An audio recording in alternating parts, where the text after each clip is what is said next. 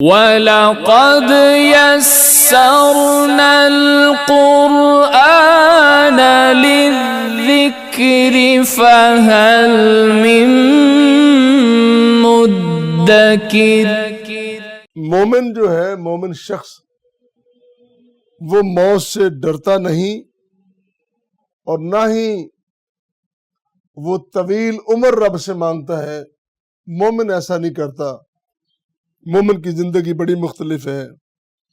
فرمایا وَلَتَجِدَنَّهُمْ أَحْرَصَ النَّاسِ عَلَىٰ حَيَاةٍ وَمِنَ الَّذِينَ أَشْرَكُوا يَوَدُّ أَحَدُهُمْ لَوْ يُعَمَّرُ أَلْفَ سَنَةٍ وَمَا هُوَ بِمُزَحْزِحِهِ مِنَ الْعَذَابِ أَن يُعَمَّرَ وَاللَّهُ بَصِيرٌ بِمَا يَعْمَلُونَ،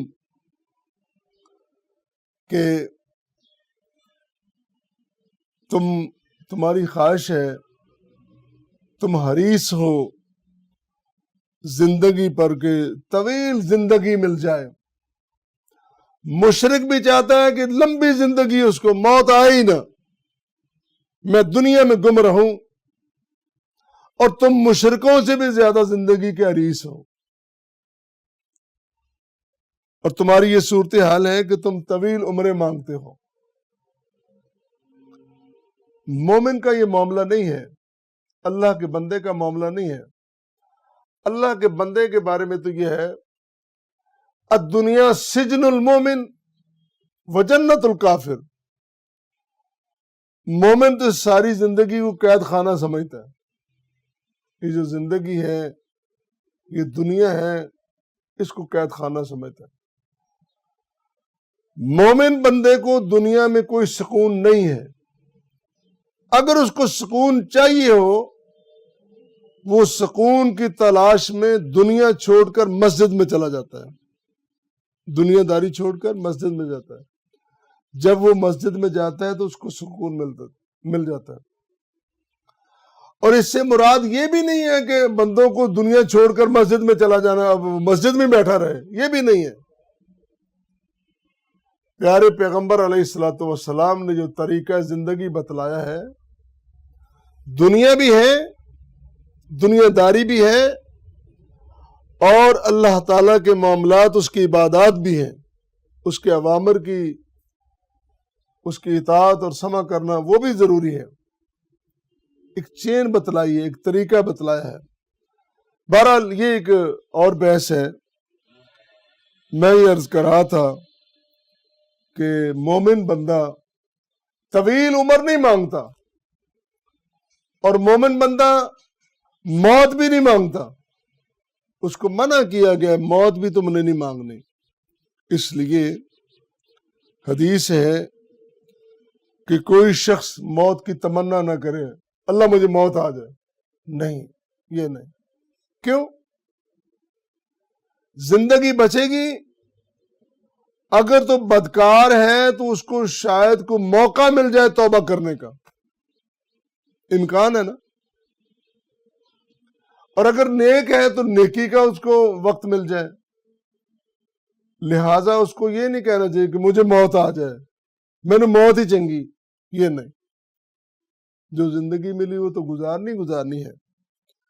ایک بات۔ دوسری بات یہ ہے، قرآن کریم نے کچھ ہمیں شواہد دی ہیں کہ حضرت یوسف علیہ السلام، ان کا ذکر ہے، وہ کہتے ہیں توفنی مسلمن و الحقنی بالصالحین۔ اللہ، میں دنیا سے جاؤں مسلمان بن کر، اور پھر جانے کے بعد میں نیک لوگوں سے ملوں، یعنی اس طریقے سے۔ اور یہ انجام بہتر کب ہوگا؟ جب انسان کی زندگی بہتر ہوگی۔ زندگی کے عادات و اطوار جو ہوگے، جس کے مطابق وہ زندگی گزارا، اسی مطابق آگے بڑھے گا نا۔ تو یوسف علیہ السلام نے کہا کہ توفنی مسلمن و الحقنی بالصالحین۔ اسی طرح نبی کریم صلی اللہ علیہ وسلم کی حیات طیبہ میں ایک بڑا اہم سبق ہے۔ آپ کی زندگی کی تو کوئی مثال ہی نہیں ہے نا، بے مثال ہے، بلکہ پوری دنیا کے لیے مثال ہے۔ آپ مرض الموت میں جب بیمار ہوئے، آپ نے علاج بھی کیا، اور آپ کے پاس بیٹھی ام المومنین آپ کو آیات قرآنی پڑھ کر دم بھی کرتی رہیں، وہ دم بھی کر رہی ہیں، اور علاج بھی کیا جتنا ممکن تھا، اور کبھی اتنی شدید آپ کو تکلیف تھی، آپ نے کبھی یہ الفاظ نہیں کہے کہ مجھے موت آ جائے۔ پوری انسانیت کو سمجھانے کے لیے زندگی ہوتی کیا ہے، زندگی ہوتی کیا ہے۔ بالآخر جب آخری وقت آ گیا،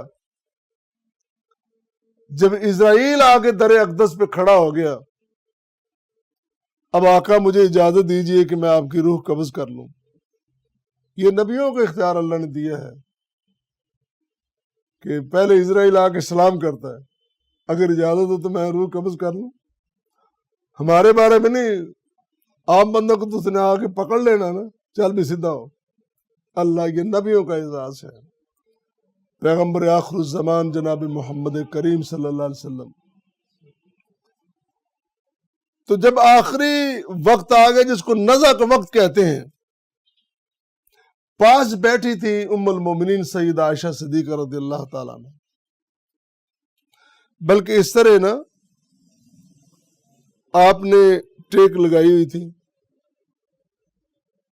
اس طرح یہاں پہ، تو وہ اپنا پانی بھگو کے، پانی میں ہاتھ بھگو کے ماتھے پہ لگا رہی تھی، اور ساتھ ساتھ وہ آیات پڑھ کے دم بھی کر رہی تھی۔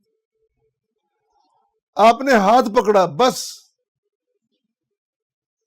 اب سارے اسباب ختم ہو گئے،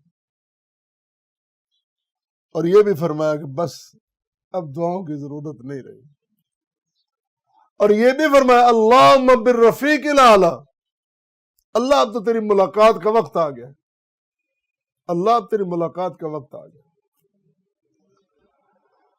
تو نبی کریم صلی اللہ علیہ وسلم نے اس انداز سے پوری امت کو سمجھایا ہے کہ اس طرح مومن بندہ موت کے دلیری کے ساتھ موت کے سامنا کرتا ہے، دلیری کے ساتھ۔ کیوں؟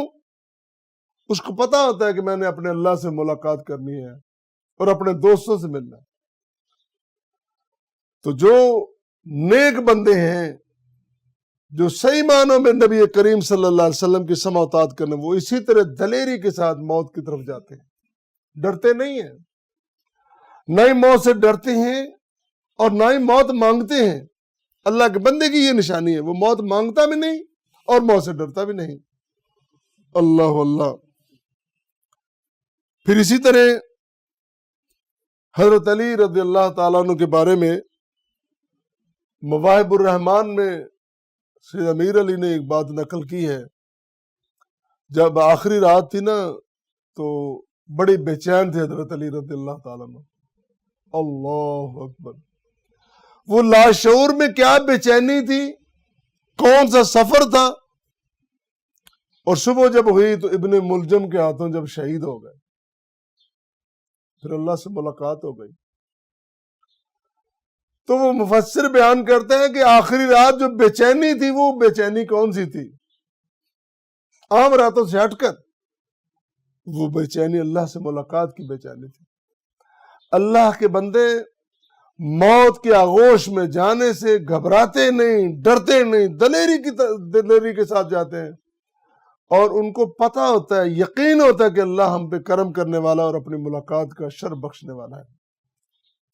آخری بات حضور علیہ الصلوۃ والسلام نے جو تعلیم فرمائی ہمیں وہ یہ ہے، اللہ سے کہنا چاہیے اذا اردت بعبادک الفتنہ فاقبضنی الیک غیر مفتون، غیر مفتون۔ اللہ جب تیرا کبھی ایسا ارادہ ہو کہ تو نے بندوں کو فتنوں میں مبتلا کرنا ہے تو اللہ اس سے پہلے میری روح قبض کر لینا۔ میں فتنوں کا مقابلہ نہیں کر سکتا، میں آزمائشوں کا مقابلہ نہیں کر سکتا، اور میں ویسا بندہ نہ بن جاؤں جو فتنوں کا شکار ہو جائے، آزمائشوں کا شکار ہو جائے۔ اللہ ہمیں بھی ایسی زندگی عطا کرے جو مومن کی، مسلمان کی، اللہ کے بندے کی زندگی ہے۔ اللہ تعالی ہمیں ایسی زندگی عطا کرے جس زندگی میں کتاب و سنت کی سماع و اطاعت ہے، فرما برداری ہے۔